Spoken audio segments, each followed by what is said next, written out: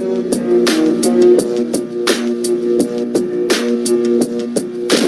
do you see yourself in 20 years from now? If God give me breath for 20 more years, I see myself changing the world. Because my thought patterns are so opposite of what's the norm. Really? So I would have to change the world, or I have to be changed by the world. How is it working with Suge and having the West Coast for you? And a lot of your East Coast fans feel like your new allegiance to the West Coast has felt, you know, a lot of them feel maybe you're not as loyal to the East Coast anymore. And That's so nonsense. Poppycock. Because this is not a new allegiance to the West Coast. I've been on the West Coast all this time. It's just because some people, not all, right, some people on the East Coast be on their dick so hard that they never heard me say that I'm living on the West Coast. Right. It's just that by me keeping it real, I always said where I came from. I always gave New York their props. On Me Against the World, I took a whole song to give it up. So now on the next album, when I want to give it up from my home, where I'm at, everybody got a problem? Why they don't have no problem with Biggie saying Brooklyn in the house every fucking show he do? Why they don't have a problem with Bronx and Boom? They just did a Sprite commercial off The Bridge and KRS. Why is it not hip-hop when I do it? Well, I mean, goddamn. Why is it suddenly a nigga tripping when I do it? Why everybody else could have a war, have beef within the music, talk about differences, and it's okay, it's music, it's hip-hop, it's groundbreaking. When I do it, it's war. And that's all I'm doing. All I'm doing is saying I'm tired of you talking about where you from. And if that's what we're going to do now, because we was doing it like hip-hop was one nation. And I have proof to say what I was doing. I did more for the East Coast than the East Coast did. I put more guns in East Coast niggas' hands than East Coast niggas did when they came out here. I put them niggas on the more weed gates and weed spots and safe havens and safe spots than the East Coast did. I put more rappers on than they did. I gave Biggie his first shows. I was the one that I was that bridge that niggas used to walk on to get over here. I explained it. I'm the one that told you. I'm why all these niggas run around with a gangbanger on their payroll now.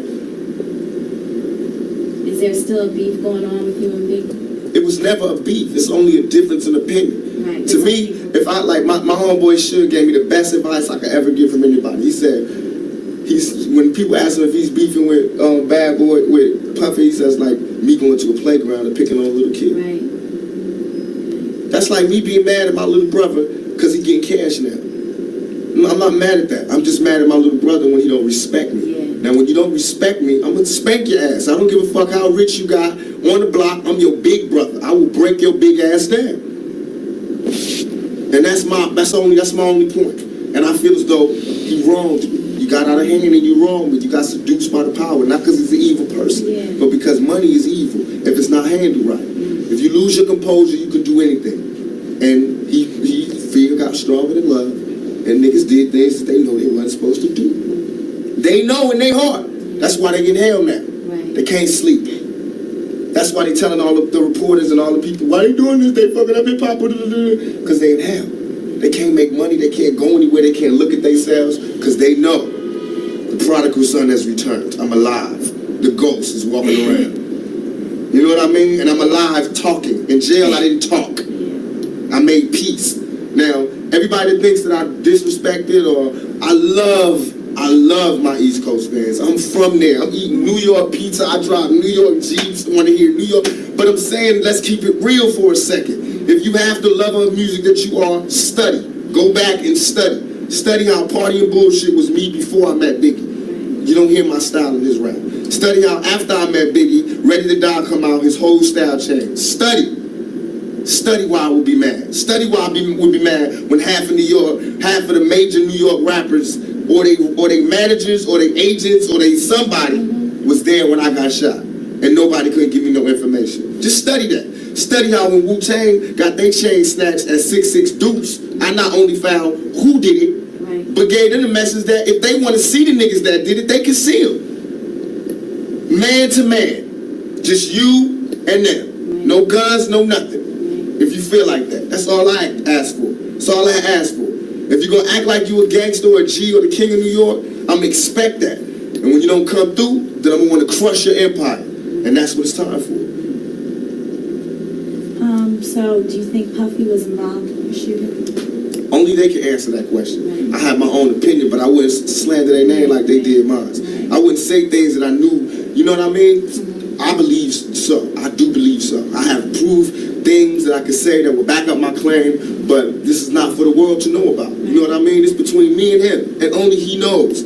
So every time he say it didn't happen, or that's the only thing that makes this become an issue to everybody. Because you seen what I said in the Vibe article. I basically bowed out and was going to go ahead about my life. The next issue, that wasn't even the next issue, because them cowards waited about 4 issues before they got their story together. 4 issues later, half of New Yorkers commenting on me getting shot. And before, they was all like, we didn't see nothing. In the first issue, read it, Vibe viewers. Nobody seen shit. The 4th issue, when they came back with a reply, everybody knew what I did. They knew what I said. I was acting. Who gets shot 5 times in acts? Oh, I didn't get shot 5 times in their vision. I only got shot once because they found the bullet. The police found it, but now they the cops. Now they doing detective work. They found the bullet. Oh, you found the bullet, huh? So what is this other shit in me then? What was the doctors talking about? What? Can you explain these other holes in me? How'd I get gunpowder all over me? That insulted my intelligence. So yes, I did say Thug Life was there. Yes, I bowed out, all of that. But when they said that, they breathed new life in me. Yeah. And Thug Life not only became a rap group, but it became a way of life for life for me. Because they disrespected me, my name, my family, what I had been through. They said that I couldn't be in pain. I could not feel, I could not be hurt.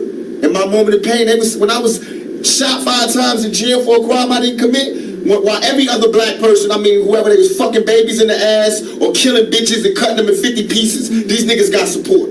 I go to jail for a crime everybody know I did not commit, get shot 5 times, and I'm getting raped in jail, wompty, wompty. They just saying anything to assassinate my character. What that showed me, remember this lack of a conscience when I come out. Remember this lack of mercy when I come out. Remember this lack of compassion when I come out. But now I come out, everybody want to calm down and relax and forget what you said. Donnie Simpson was on TV in front of bars like this going, who am I? Tupac. But I'm wrong. You feel me? Niggas is hypocrites. You read where I gave my whole soul to you motherfuckers and said, yo, I'm through. I just want to chill. I just want to live life. And motherfuckers took shots from every direction. They thought that meant that I'm gay now. Here, fuck me in the ass now. So, okay, you want to see some macho shit? I'm the most macho nigga out here. I thought you niggas knew. I'm the most thuggish nigga out here. I have no motherfucking fear. I have no fear. I have only ambition, and I want mine. And I will do anything to protect and feed my family. And these niggas represent a threat. Because I worked too hard on this. And as far as hip-hop and all of that, I feel as though I'm not the god of hip-hop, but what we do on the West Coast, I sold 5 million in 2 months. Biggie album been out 2 years. He's barely touching 2 million. This nigga that had 50 remixes, 1,000. He got everybody in New York in his videos and still barely touching 2 million. I've been out 2 months. My shit sold 5 million with 2 videos out. I'm just starting. Right. These niggas can't touch us. They can't. They can't. Really, it's funny. I think the new era of rap is like non-thug life or whatever. Like, where do you see it? That's what they want to do. Okay. That's what they want to do, because now everybody is shell-shocked and they having trauma. We've been having traumatic nights always. I want to get away from it a lot. I tried to get away from it, but you can't. That's what they taught me. Right. The streets didn't teach me that thug life can never die. The world taught me that. I thought I could retire and move on. When I moved on to the so-called real world, the civilized world, these motherfuckers is worse than the niggas in the streets. They was telling, I had little girls writing to me crying, saying you got raped in jail, I'm so sorry. That shit right there is what will fuel the anger that will never die. I had to write letters to 1,000 little kids explaining to them that I would be dead before a motherfucker would rape me, and you know that. So as far as everybody, there is no mercy in my heart. You know what I mean? I'm not out here on no wild shit like I was before. This is not the same Tupac, believe me. I'm just very pissed off. And don't think because you see me at an award show smiling or giving away an award, or because I don't fight at this time, and that don't mean I ain't mad. I'm pissed off. And this ain't, don't tell me ain't nothing wrong and we should all be together and woo-woo-woo because y'all niggas ain't getting no more money. You ain't getting no money because I made it that way. You have groups coming out, you produce Yeah, groups? the Outlaws. Oh, really? I murdered Thug Life and gave birth to the Outlaws. I murdered Thug Life. Them niggas ain't act right. I murdered all of them, as far as the music business. Right. And I gave birth to the Outlaws. And they all blood relatives. Now I got a military, not mob like Italians, but mob like we've been mob orientated all our lives. Fuck that shit they be telling me about, because everybody's saying because we choose to be organized now that we are emulating Italians and we should emulate Italians because they don't like us. Motherfuckers got it twisted. You know what I mean? Right. We got organization because we peak game. And it's not the mob really that we seeing, it's really the government. They the biggest mob. That's who we study. Right. Governments. Just like me, they say this guy's Mr. Duplicity. He's always saying this good shit to the females, and he say ho and this and that. See, that's where you're wrong. First you tell all the niggas, they tell him too short, he never say nice shit. And they telling him he's a horrible person. I say one bad shit on one side, a good shit on the other side, and I'm Mr. Duplicity. What does the world want? They have to sit their politically correct ass down and figure out what it is they want, because they bullshit. You read a lot? All the time. I'm really into books. I'm What's into your the part. favorite type? Right now, I'm into Mastering the Art of War, The Art of War. I just found all these new books. Thoughts of a General, How to Win an Argument Every Time, The Buying of a President. What's that book I got? The Russian guy? Stalin. I got that. Christopher Darden book. You'll Never Work Again in Hollywood. Whatever that is, when they talk about people that slept together. I'm reading that. A lot of different things, but mostly shit on what built generals and what made countries and what I want to read what Clinton read, because he does the same shit I do, but don't get in trouble. All his homeboys commit suicide. He get caught with his pants down in the bathroom, and this nigga is still the president. I got women marching outside my shows. This nigga's the fucking president. I'm 24. He's 40. What's his excuse? You respect Sekia? Sadiq? Yeah, he's with us. Yeah. Aside from the fame, the money, what do you think you can offer someone in a relationship? A woman, you mean? Yeah. I believe that, I always discuss this, I feel like I'm one of the old-fashioned type of guys, where as soon as I find me a woman that doesn't mind the fact that I want to be in charge, and that I believe that, just like with the yin and yang, there's a masculine and feminine, I believe in that in a relationship. Right. I believe that most of our problems as black people, and as people in general, is that we've forgotten our roles. The men have forgotten their roles as men, therefore the women have forgotten their roles. And that's where we get all this duplicity in love making and duplicity in sexuality, is because we've forgotten our roles and we're willing to settle for less. Not that they're not legitimate people who really do like this style, but a lot of it right now is just this niggas ain't shit. So I want some pussy, you know what I mean? And, Right. and the niggas just being like, these black bitches ain't shit and whoop, or these white bitches ain't shit and whooping. For me, I can't do that. I can't turn my love off for a woman, no matter if they send me to jail and they talk shit and they really do piss me off. But I still can't love a man. I still love women. I still get excited when they come in the room and all that. So I feel as though what I can offer is my viewpoint, who I am, and my style, my lifestyle. Right. And that I believe in my heart that I'm a man's man. I'm a man's man. I made myself. I'm a millionaire by my own hands, you know what I mean? I fight for myself. I've been fighting for myself. I'm a struggler, a striver. I take care of my family. I take everything that you want, I do. You know what I mean? It's just that I'm real. So I'm not politically correct, but I'm still a man's man. And I believe in family values. And what type of woman would it take to get that? A very, very, very strong woman, and one who was more in love with me than I was. Because I have to be more in love with her than she is. And that's what it is. Every time I fall in love with a woman, I don't fall in love with the woman she is. I fall in love with the woman that she could be. I haven't found a woman yet that fits up to my standards. And I'm sure I don't fit up to anybody's standards. But I haven't found one yet. But I found ones that I think that have the potential to be the rawest woman in the world. You know what I mean? I feel like it's natural for a man, especially being black, to feel like he's a king and he's looking for his queen. And that's where I'm at right now. You can't be a king until you've made yourself, until you've done something. And I've accomplished my goals. My goals are set it out to make me a man. Now I feel like I'm a man now. I set out goals to make me a king. Now I feel not a king of anybody else but me. Nobody else is under my rule but me and my kids. You know what I mean? But I made myself into a king. Now I need a queen to be happy so that I can be a teacher and a father. I can't be that until I find a queen. So I'm stuck in the middle.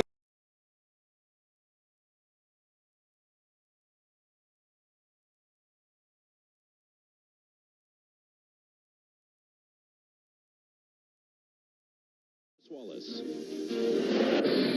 Shakur.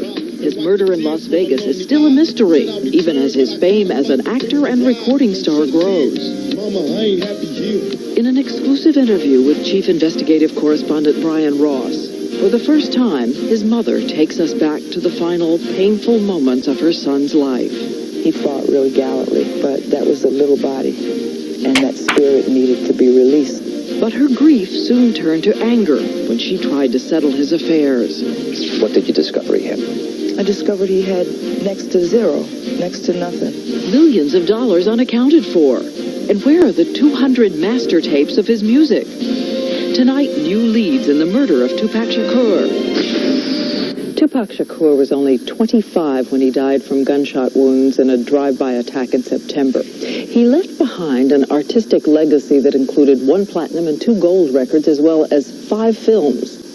The murder is still unsolved, and now even that legacy is in doubt. Tonight, in an exclusive interview with Chief Investigative Correspondent Brian Ross, Tupac Shakur's mother asks for an accounting, not only for his death, but for what she says someone is trying to steal from his life.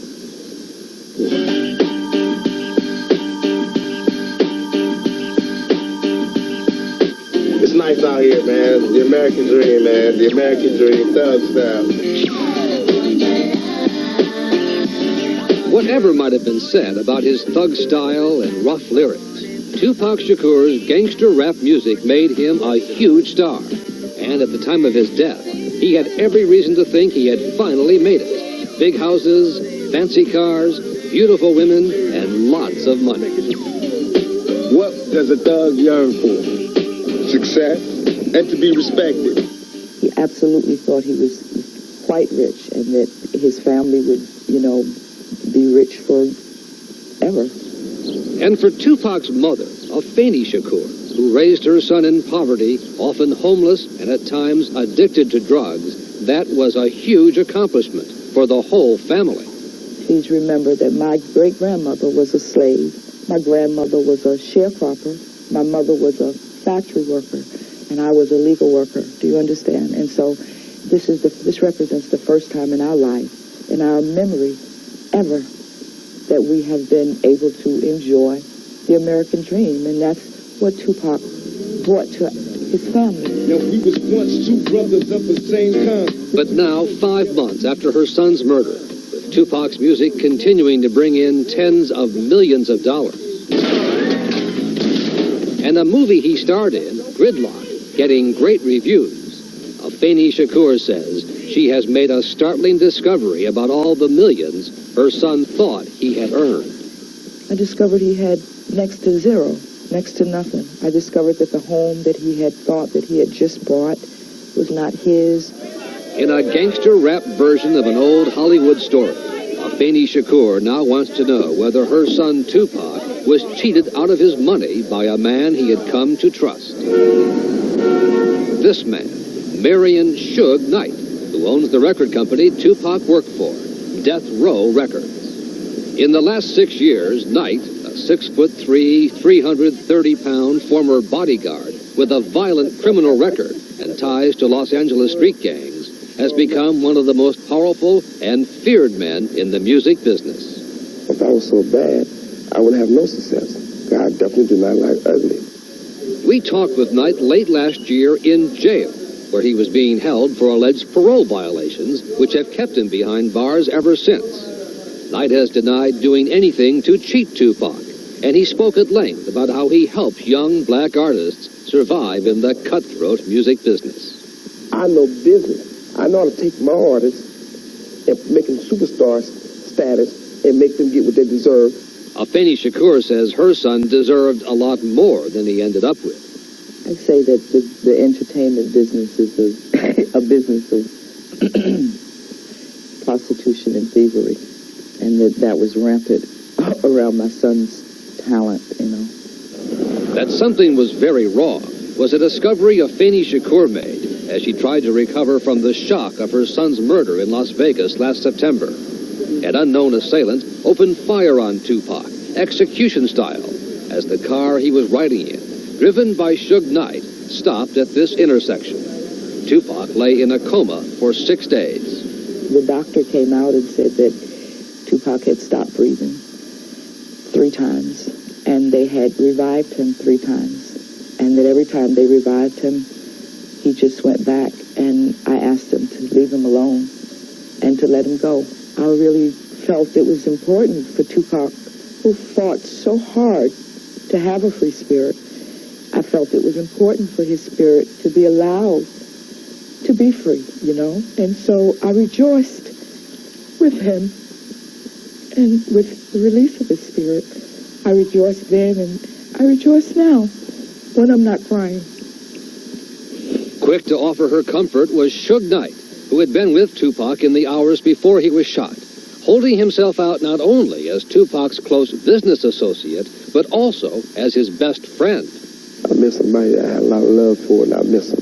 Suge Knight said to me when my son died that they had an agreement that whoever died first, the other one would certainly take care of their families. Has Suge Knight?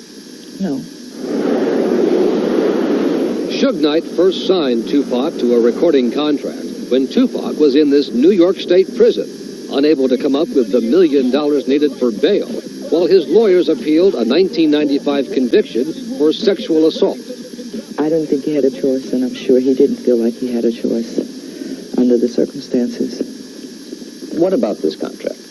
This is the recording contract Tupac signed in prison, which is unusual enough, committing Tupac to do 3 albums for Death Row Records. This is it's a joke. Even more unusual, according to Richard Fishbein, the lawyer representing Tupac's estate, was that Tupac agreed to appoint as his lawyer the longtime lawyer for Suge Knight and Death Row, David Kenner, who says there's no conflict in what he did. You just have to think about the consequences of coming in to have an agreement signed with a lawyer, and the lawyer walks out not only representing this side, but representing both sides. Why they let me go, I don't know, but I'm out. Out on bail, fresh out of jail, California dreaming. But at first, Tupac was grateful to be free, and his mother says he wasted no time in trying to work off his debt to Suge Knight. He got out of prison on Thursday, and by Thursday night, he was in California in the studio.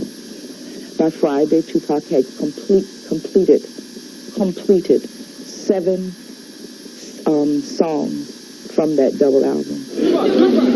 The music hit big, with sales in the millions. Tupac's mother says no one at Death Row would give Tupac an accounting of his money.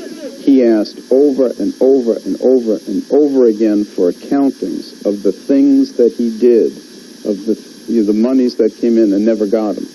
And when he screamed loud enough, I'm told, someone would bring over a car and say, Tupac, here's a Rolls Royce. And he'd drive it around. And then when he died, you found out none of it was his. Tupac's family says in the months before his death, Tupac was fast catching on and preparing to break free of his reliance on Death Row and its lawyer, his lawyer, David Kenner. A few days before he was killed, he formally sent a letter telling David Kenner that he no longer can represent him and basically firing him. And in fact, Las Vegas homicide detectives took a close look at Tupac's contract and his business relationship with Suge Knight, who detectives say has refused to help the investigation. He obviously is a prime witness in this, also a victim, and we've have gotten no cooperation from him.